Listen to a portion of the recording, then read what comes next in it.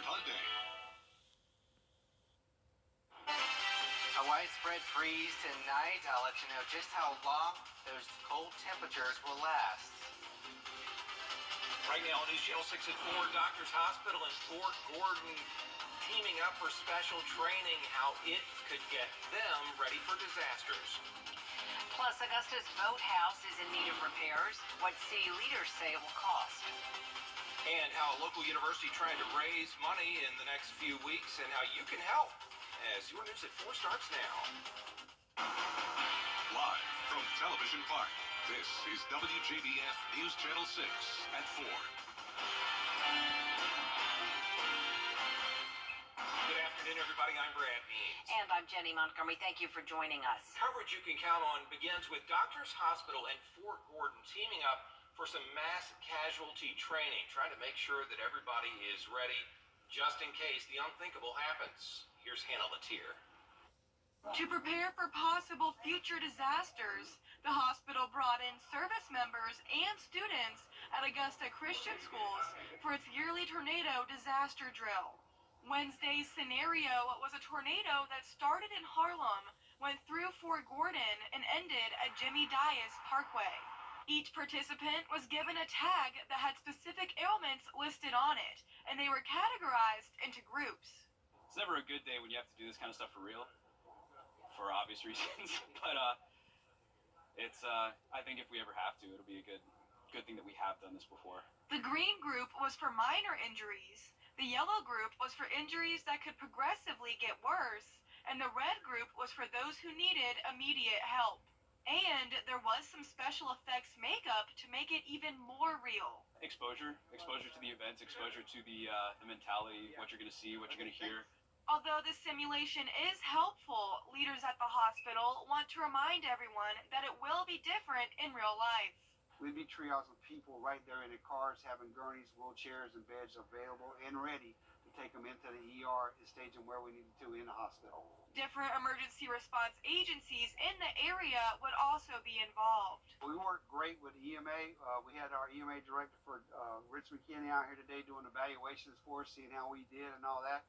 So we work real close with our entities outside Columbia County and Richmond County. And overall, hospital staff was happy with how the drill went.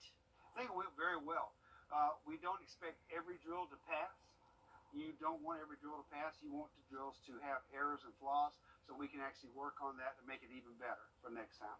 After every patient was assessed, all staff and participants had a debriefing about what went well and what they need to work on for next time. In Augusta, Hannah Latier, WJBF News Channel 6. Richmond County Coroner's Office is investigating 2 separate suspicious deaths in Augusta involving 3 people. The first is 2 people found dead inside a home on Maryland Avenue. The bodies were discovered Monday afternoon around 12:30. The second case involves a 51-year-old woman. Telphany Burgess was found dead inside her home Tuesday around 8 p.m. All 3 bodies have been sent to the GBI crime lab for an autopsy. It's time now for a first check of the... By tomorrow afternoon, bringing us a warmer day. Southeast winds are also pretty light here, but very gusty off to our west. Dew points very dry in the teens here across the southeast. And high pressure remains in control as we head into tomorrow. Before we do have some rain, I'll have details in your Wjbf 6 forecast. All right, Miller, thanks so much. An Aiken County man is behind bars on child pornography charges. 47-year-old Kenneth Smith is facing 5 charges connected to the sexual exploitation of minors.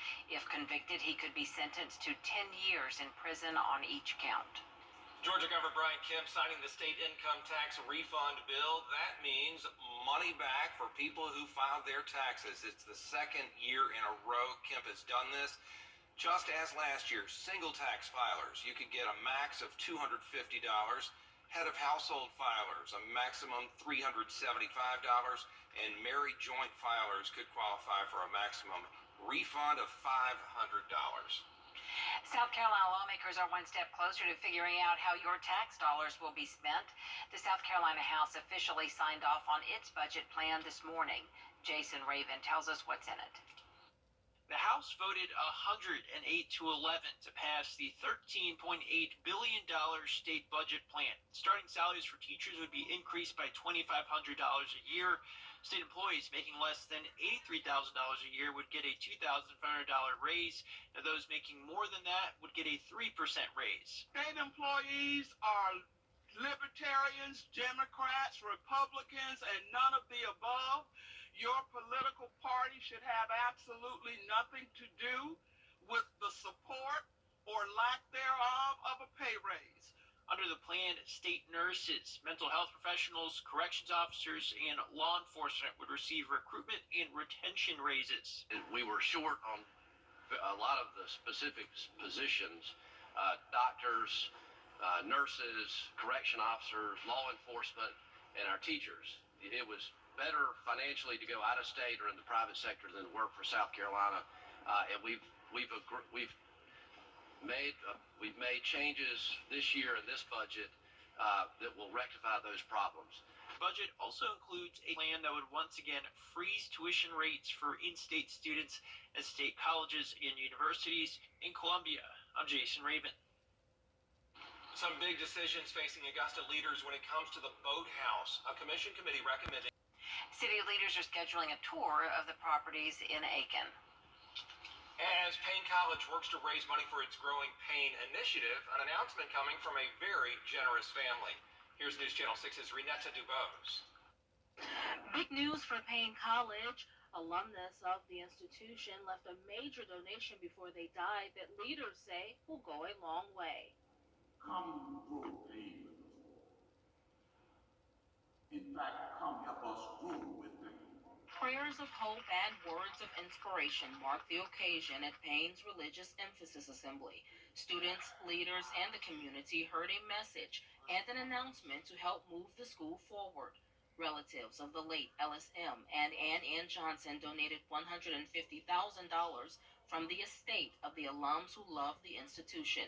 It's going to be part of the Growing Pain initiative, currently at $570,000 of its $6 million goal. Increase scholarships, increase and improve retention, help to underwrite capital improvements, help to underwrite residential halls improvements. Payne leaders invite the entire community to give to the Growing Pain initiative. You can sign up at payne.edu. In Augusta, Renetta Dubose, WJBF News Channel 6. The CEO of a national and local tradition since 1937 was the featured speaker today at Augusta University's CEO Lunch Series. Stephanie Stuckey took over Stuckey's Corporation in 2019 when it was 6 figures in debt. Since then, the company has begun to profit. Stuckey's new location just opened on Main Street in Rennes.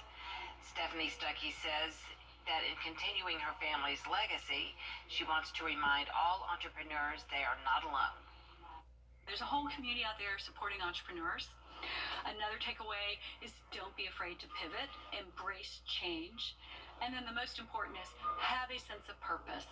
If you are a purpose-driven company, you will last through the hard times because you're doing it about something more than just making a profit, but it's about building a community and having an emotional connection with the brand.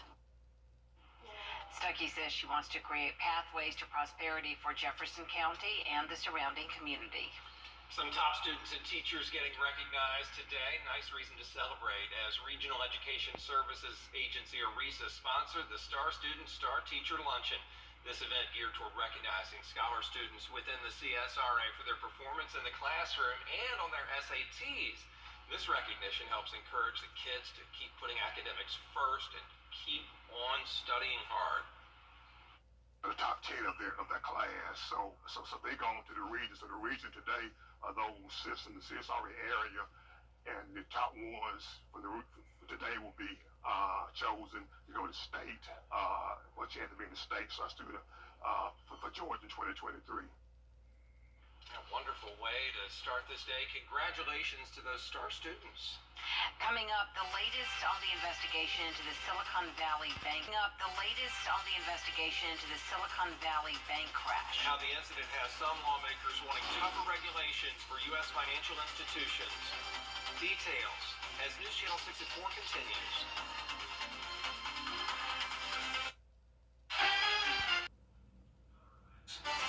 Coming up, reassessing your wish list. Advice to help you make the right choice when you plan your trip of a lifetime. How you can give your bucket list a new twist.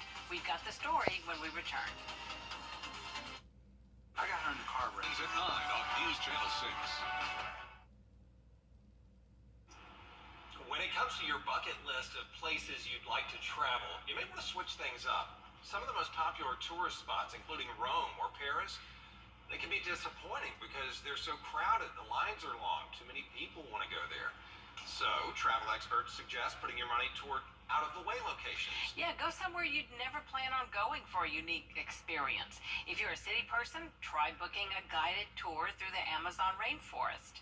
If you've always wanted to see the Colosseum in Rome, try spending a week in the Italian countryside instead. Love it. I'll just take a trip any day. Yeah, any of those. Love it. Sounds great. There's more coverage you can count on coming up next on News Channel 6 at 4:30. Including the latest details on the effort Hyundai.